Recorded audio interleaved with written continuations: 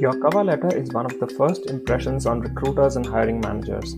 However, what a good and professional cover letter should look like tends to vary from country to country. So today on the India to Germany podcast, Advait Valluri tells us his tips and best practices on what a good cover letter should look like for job applications in Germany. Advait is a product manager in module management chassis, Powertrain and Autonomous Driving at Audi in Germany. For many years, he has been reviewing job applications and cover letters and advising applicants on how to structure their cover letter to boost their chances of landing their dream job. You'll also find links to a sample cover letter prepared by Advait in the show notes of this podcast on our website, indiatogermany.com. So, hi Advait, it's great to have you on the podcast for the third time. Yeah, glad to be here. Yeah, I really look forward to our discussion today. So last time we spoke about the topic of CV and how to prepare a CV. Mm-hmm. And this time we decided to talk about the topic of how to prepare a cover letter. Correct, yeah. So, yeah, I mean, cover letter again is a very, very important document, I think. And I feel like it's something that people tend to underestimate sometimes. Yeah. Yeah. Why do you think that a cover letter is important? Yeah, so in my personal opinion, the two most important documents for your application are the CV and the cover letter. And at least from my experience, because I also recruit a lot of students and master thesis students and so on, the two things I look at first is the CV and cover letter, and only if I'm impressed enough or if I'm convinced enough by these two documents do I go to the next documents, like the grades, the university documents, and so on. A cover letter is especially important because this is where you get to tell the future employer why you want to apply for this particular position, why are you interested in this particular company, what sets you apart from other applicants, and what skills do you bring to the table, and so on, and maybe just portray yourself in text to the person. It's like a conversation you're having with a recruiter. Yeah. Okay, yeah, I understand. And is this something, so I mean, the CV is something that you have to send with every application. Mm-hmm. Is it the same for the cover letter as well? Yeah, so generally, most companies in their job portals, they mention that please attach your CV and cover letter. And many companies, in fact, have a separate field within the application form itself where you can type in your letter. So it depends a lot on the company. So you can either attach a cover letter which you prepared separately on your computer, or you can just type it into the portal directly. There are rare occasions where companies say we are not really interested in a cover letter. There you can of course leave it out. But in general, in most cases, yes, it is required. All right, okay. And this is also the first question that I often have in my mind, the language. Should I write the cover letter in German or should I write it in English? Yeah, so it is important to write it in such a way that you are actually able to speak it the same way if somebody actually calls you for an interview, right? So if you write it in really good German, no problem. If your German is on that level, I think you should go ahead and do it. But if not, then stick to the language which is comfortable for you. And in this case, you don't have a choice. It's either German or English here in Germany, at least. So stick to English. But what I mentioned also during the CV is that most of the times the job postings are either in English or German. So you can choose based on the language of the job posting. Whichever language it is in, you can apply in that. All right, yeah, that's true. These days, a lot of the job applications are in English. Yeah. So that makes it. And what I also observed sometimes is like a lot of German applicants try to apply in English to show that they can also prepare an application in English. Because most of the times English is a requirement for the future job position, right? And as a German, you don't have to prove your German skills. Yeah. Similarly, as a person, for example, from India who has grown up with English as almost their mother tongue, who did their schooling in English, you don't really have to prove it that English is your mother tongue. Yeah. And similarly, in that case, you can use German to show that you can. It need not be perfect. Even if you make one or two small mistakes, it's okay. But the attempt is what matters. Yeah. So if you're able to speak to a good extent, then Yeah, definitely. All correct. right. Yeah. Okay. So let's start with the actual cover letter itself. Hmm. What should be there inside a cover letter? Yeah. What should it look like? So I think we can split this into two parts. Let's talk first about the formatting, and then we can go about the content into the detail, because content is much more important, right? Yeah. So the formatting, right? So first, make sure at the top that you have your return address, that is your name, your address, your phone number, and your email. And then you need to have the address of the employer or the recruiter, to be particular. Okay. So if you know the person's name, make sure you include their name, the name of the company, the exact address, like the street name, house number, pin code, and city. Why I'm mentioning this is, like, many people ask me, it's anyway an online application. Why do I need to mention the pin code and so on? It just gives a professional look to the cover letter, and in case if you print out this cover letter and put it in the post, it still has to reach the right person. So that's how I say a cover letter should look like. So include the full address, including the name, at the top left, and then the date of application, and then in bold, at least in bold, I would say, the subject. The subject is, in most cases, the position you're applying to, and make sure that you include the reference ID of the application. So this is generally an alphanumeric combination, which is very specific to the company you're applying to. Make sure you include this reference number, because that's how applications are sorted in the recruiter's in mailbox or in his system. Yeah. All right. And after that, yes, after that you include the body of the cover letter, and at the end you sign off with your name and signature. And I think we can go through this once we get to the content section. And how long should this cover letter how long should this cover letter be? I mean, Yeah, I've heard so that it should be one page or maybe 2 pages. I don't know. I would try to restrict the cover letter to one page, indeed. Because a cover letter is a quick and concise method for you to portray your motivation and interest for the particular position. And it is not something which you use to tell your story again to the recruiter, because that you have already done in your CV. So most important thing is keep it to one page, make it concise, very particular to the position, and do not repeat anything which is on your CV, right? Yeah. Yeah. Anyway, I think in one page there can be a lot of information, Mm-hmm. and the recruiters, I don't know how much time they have for each application. So Yeah. yeah, that's true. Okay. So we talked about the formatting, where you mentioned the address, the subject, the return address, Yeah. also, yeah, I guess the date as well. Yeah. And then we move on to the content now. Mm-hmm. So what should be there in the content of the cover letter?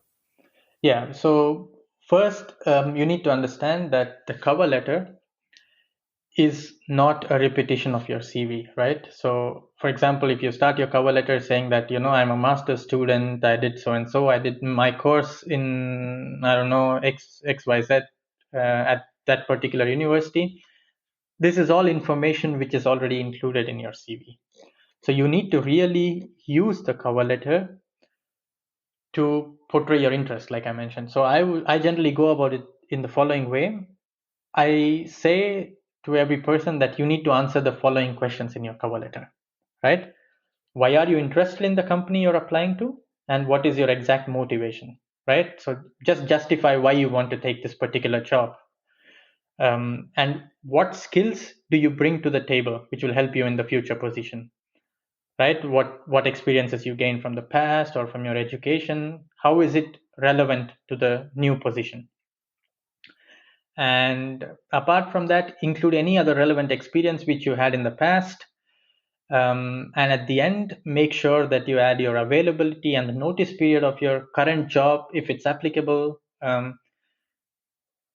Most importantly, the cover letter cannot be generic. So you cannot just use one cover letter for every job. It needs to be adjusted and adapted to every particular position based on the requirements of that position. All right. Yeah, so these are the most important things I would look at when you're applying for, when you're applying for a position, it's important to understand what is actually demanded of the candidate, right? So read the job posting carefully, understand what are the requirements for the future position, and just spend a few minutes to decide if you really have these skills. Because if you do not, then applying to this job is maybe not a good idea for you. Okay. So yeah, you mentioned a lot of useful things there. So what is particularly interesting is, so you mentioned also one should add things like, yeah, so first of all, not include things which are there already there in the CV. Mm-hmm. And what is also new for me that you also mentioned, for example, things like the notice period and all this. Mm-hmm. I really was not aware of this. Mm-hmm. This is very interesting. And yeah, so every cover letter should be tailored to the job application itself. Correct. So yeah, so one starts by reading the job application and then tailor it according to the job application. Yeah. Generally, the job application is also has more or less a standard format in Germany. So first, there is a set of tasks which you will be performing in the new job, right? Yeah. And then there is another section which mentions what are the ideal requirements of the candidate which they are looking for. Yeah. So use these two sections to pick the top 2 or 3 points from each, right? So for example, if they say we are looking for an engineer, you don't have to mention in the cover letter you're an engineer, because obviously that is seen in your CV. Yeah. But if they say we need a good team manager or somebody with good team management skills, right? Then make sure that, okay, this seems to be an important requirement for the employer, then I'm going to address this point. So what you do is you pick up this point and you give a concrete example from your past where you actually portrayed your team management skills. So empty claims do not help. So if the requirement says, good team management skills required, then writing just I have good team management skills or I'm a good team manager in the cover letter is actually an empty claim. So no, it's just your word against somebody else's, right? Nobody actually knows. So what you can do is pick a situation from your life, in ideal case from your professional life, if not even from your personal life, if you did not have any chance to prove it in your professional life, pick a situation and give a concrete example. Let's take this example, good team management skills. So then you can say, in the past, I was responsible for managing a team where we were required to build a certain product within a certain period of time. We did this and we gained so much accuracy, or we got the results within the managed time, but the team was happy with our efforts and so on. So give a concrete example to support your claim. All right. Yeah. Yeah. That makes sense. So basically, yeah, one should go through the requirements Yeah. mentioned in the job description, pick those out, Yeah. address them, and using concrete examples from, let's say, previous job experience or education also, perhaps. Yeah, correct. Try to, since we agreed earlier that to keep the cover letter to one page, you don't have to answer everything. So generally the top 2 or 3 points are the most important ones which recruiters are looking for. So just try to address these top 2 or 3 and then you should be fine. Yeah. One thing that I just didn't ask you earlier was about how to, so we have the address at the top and the date and other information. How should one address the the company? So should I say, okay, dear sir, madam, or in German one would say sehr geehrte Damen und Herren? Yeah. Is that okay? So there is a clear rule for this, at least an unwritten rule in my opinion. If the job posting has a personal contact mentioned on it, like a recruiter's name, let's call that person Frau Mustermann, then even in the address field at the top of the letter, you include the name of the person. And even when you're opening your letter, you write Sehr geehrte Frau Mustermann, right? But if the personal contact is not mentioned, then you can stick to a generic form like Sehr geehrte Damen und Herren or Dear Sir, Madam. Or if you want to keep it gender neutral in English at least, you can just say Dear Recruiter or Dear Hiring Team or something on these lines. But if the person is known, I would definitely recommend to use a personal opening. Yeah, that makes it more personal. Yeah. Correct. Yeah. That's true. So you already mentioned that okay, one should start with things like, yeah, why are you applying? What is your motivation? Then address the requirements that are mentioned in the job description. What are some of the other things that one should include or not include in the cover letter?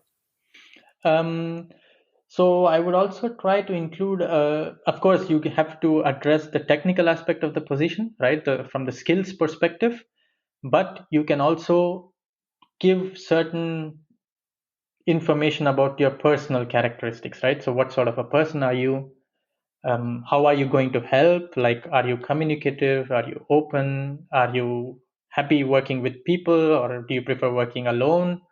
These may not be mentioned all the time, but you can definitely use these to give an idea to the reader about your personality, because you never had the opportunity to do this in the CV, right? So you can use this here. And apart from that, make sure that you sign off well. So either in English it will be yours sincerely, or in German mit freundlichen Grüßen. And you can also include a generic sentence saying that I would be glad to hear back from you, or thank you for considering my application, or something on those lines. And make sure to include a signature, right? So in the olden days, people used to print the letter, sign it, and send it by post. Well, that's kind of redundant now. So I generally suggest just take a sign on a piece of paper, scan it, and save it in HD, and just include this picture of your signature on the letter when you just create the PDF, and that's it. That should work most of the times. So you mean like, yeah, a photograph, let's say, of the Yeah, signature. correct. Yeah, a scanned photograph. Correct.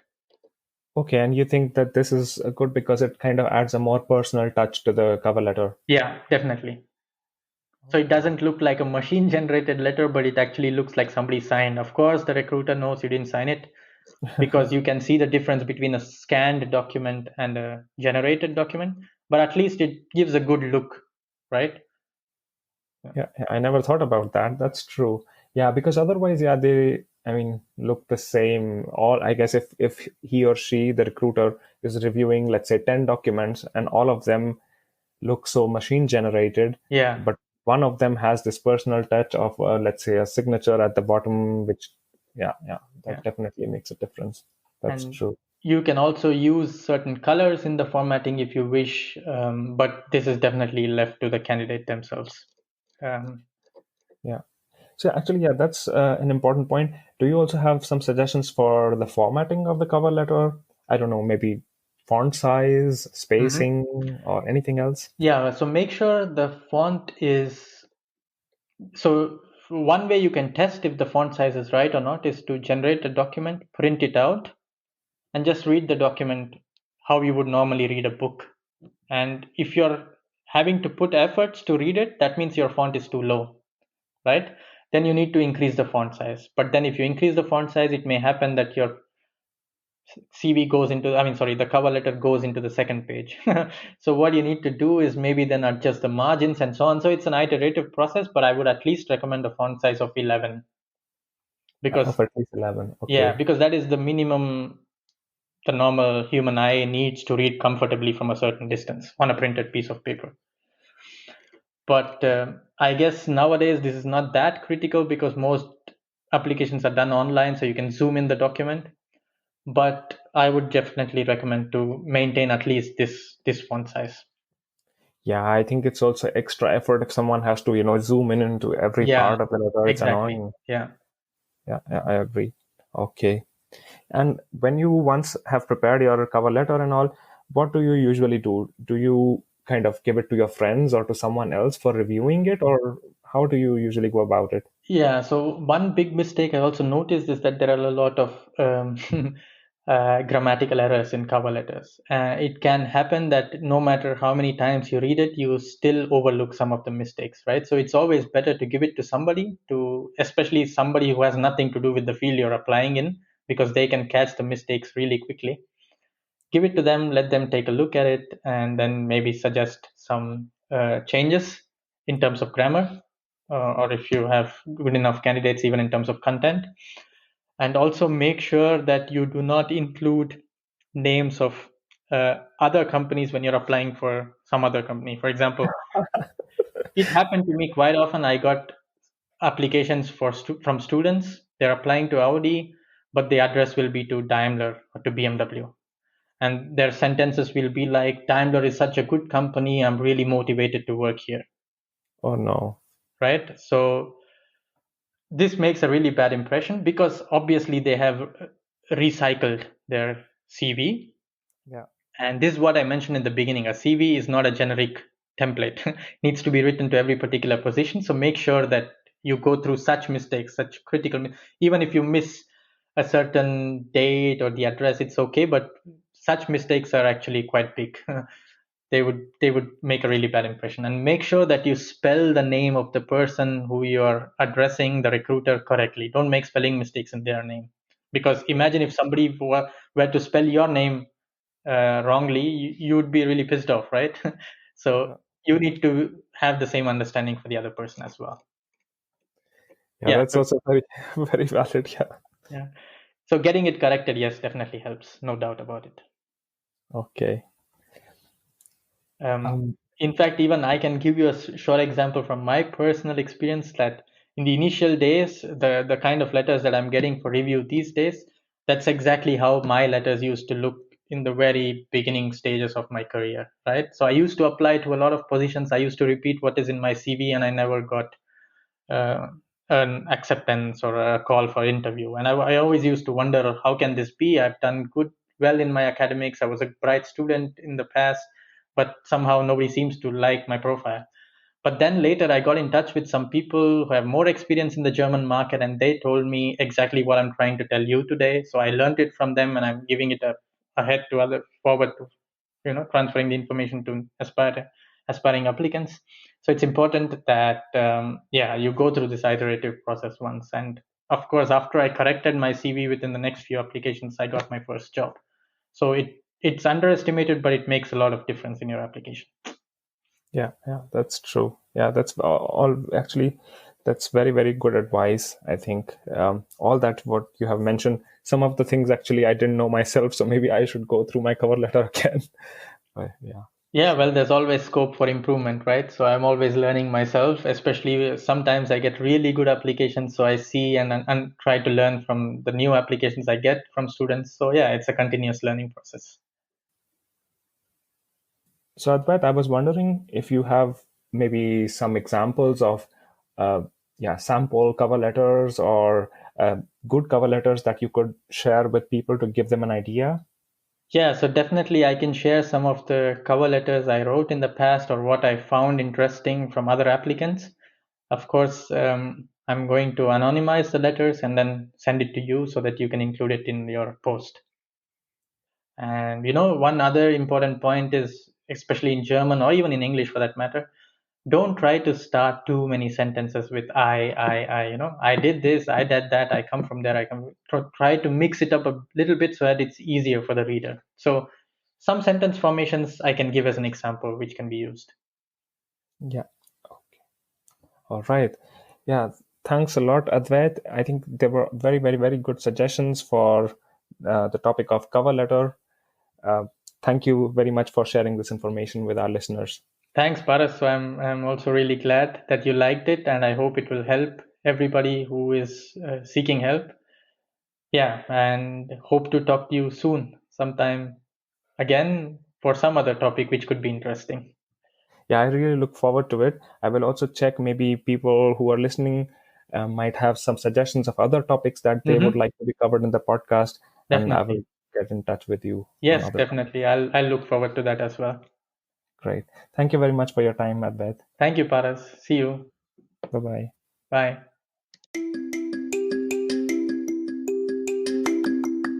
That's all, folks. Thank you for listening. Remember to subscribe to our podcast and check out our blog on indiatogermany.com. See you in the next episode.